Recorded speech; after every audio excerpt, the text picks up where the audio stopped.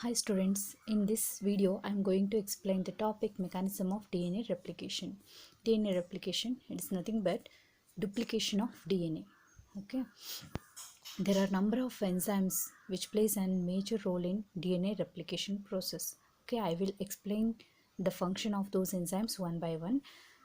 As we know, the DNA is a double helical structure. It is a coiled structure, and the first enzyme called as helicase, which binds at the site called orosite. Orosite is nothing but origin of replication site. Okay, the enzyme helicase binds there and it will opens the helical structure of DNA. It will forms the replication fork.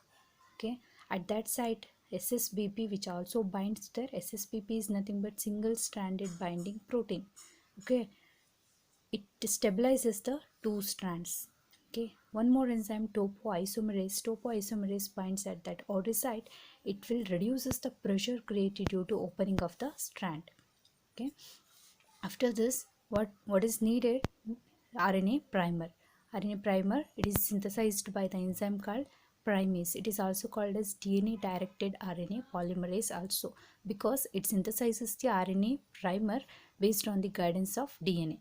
Okay, the major enzyme is DNA polymerase third.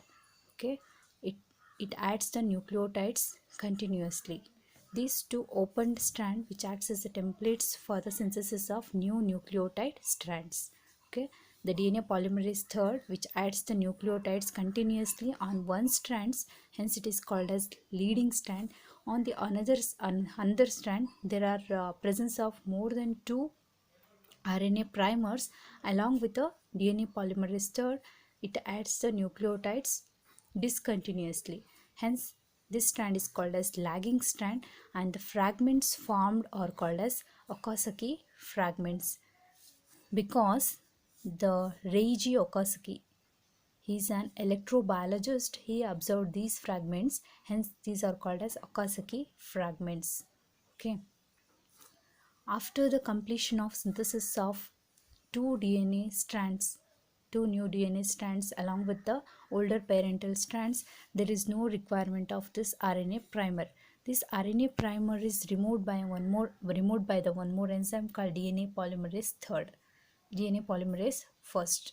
Okay, this after the and adds the nucleotides at the region of RNA primer. After this, on this discontinuous or lagging strand, there are some gaps between the fragments. These fragments are filled by the enzyme called DNA ligase. It acts like a glue. Okay, after this completion of this synthesis of new strands, each strands consisting of one older strand, one parental strands. Okay, this enzyme DNA polymerase the DNA polymerase third consisting of three subunits called as alpha subunits. Okay, I will write here alpha subunits, epsilon, and beta 2 subunit. Sorry, beta 2 subunit. Alpha subunit which involved in catalytic process, and epsilon which is involved in proofreading, and beta 2 subunit which is involved in clamp sliding, that is addition of in the process of addition of nucleotides. Okay, epsilon plays an important role in proofreading mechanism. That means in the addition of these nucleotides, if there is any mismatch occurs, it will leads to the mutation also, that is identified by this epsilon subunit and repairs it. Okay, and this method is called as semi-conservative method of DNA replication also, because the formed two copies of DNA which consisting of one older strand and one new strand. Okay, one older strand and one new strand. Hence, it is called a semi-conservative method of DNA replication, and it is also called as semi-discontinuous. Why? Because on one strand the formation of new strand is continuous, on the another strand the discontinuous strand formation takes place. Hence, it is called as semi-discontinuous method of DNA replication also. Thank you.